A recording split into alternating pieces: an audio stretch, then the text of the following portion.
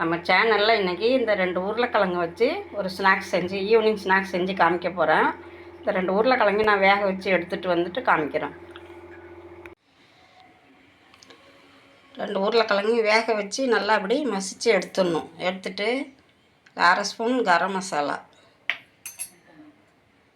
1/2 spoon chilli flakes, garam masala கிடையாது, chicken masala, 1/2 spoon ஜீரகத்தூள், கொஞ்சம் மல்லித்தழை,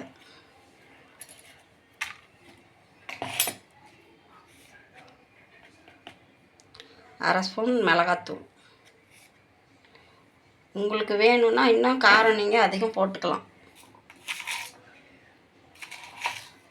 இதுக்கு தேவையான அளவு உப்பு, 1 ஸ்பூன் லெமன் ஜூஸ். இது எல்லாத்தையும் ஒன்றா பிசையணும். மாவெல்லாம் பிசைஞ்சு இப்படி குட்டி குட்டியாக தட்டையாக தட்டி வச்சுருக்கிறேன். 2 ஸ்பூனு கோதுமை மாவு, 1 ஸ்பூன் கார்ன்ஃப்ளவர் மாவு, கொஞ்சம் உப்பு போட்டு இதை கரைச்சி வச்சுருக்கிறேன். இங்கே கொஞ்சம் சேமியா எடுத்து வச்சுருக்கிறேன், நல்லா பொடியாக நுணுக்கி வச்சுருக்கேன். இப்போது இந்த தட்டையை தட்டி வச்சதை மாவில் டிப் பண்ணி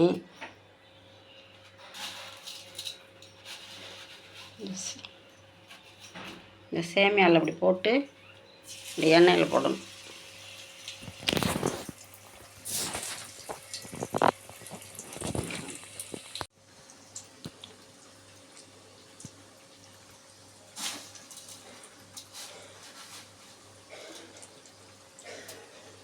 அடுப்பை சிம்மில் வச்சு தான் பொரிச்சு எடுக்கணும். இது ஒன்று ஒன்றா ஒரு பக்கம் வெந்துட்டு மறுபக்கம் திருப்பி போட்டு நல்லா வெந்தோடனே எடுத்துட வேண்டியது தான்.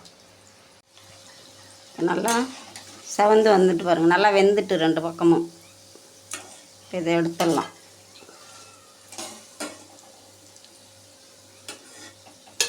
நல்லா மொறுன்னு ஒரு ஈவினிங் ஸ்நாக்ஸ் வீட்டில் இருக்கிறதே வச்சு 2 உருளைக்கிழங்கு அதை வச்சு ஒரு ஈவினிங் ஸ்நாக்ஸ் செஞ்சாச்சு. குழந்தைங்களுக்கு ரொம்ப பிடிக்கும்.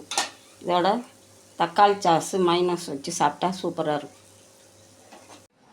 நல்லா மொறுன்னு ஒரு ஈவினிங் ஸ்நாக்ஸ் ரெடி. இது தக்காளி சாஸோடு தொட்டு சாப்பிட இன்னும் நல்லா டேஸ்ட்டாக இருக்கும். குழந்தைங்க விரும்பி சாப்பிடுவாங்க. ட்ரை பண்ணி பாருங்கள்.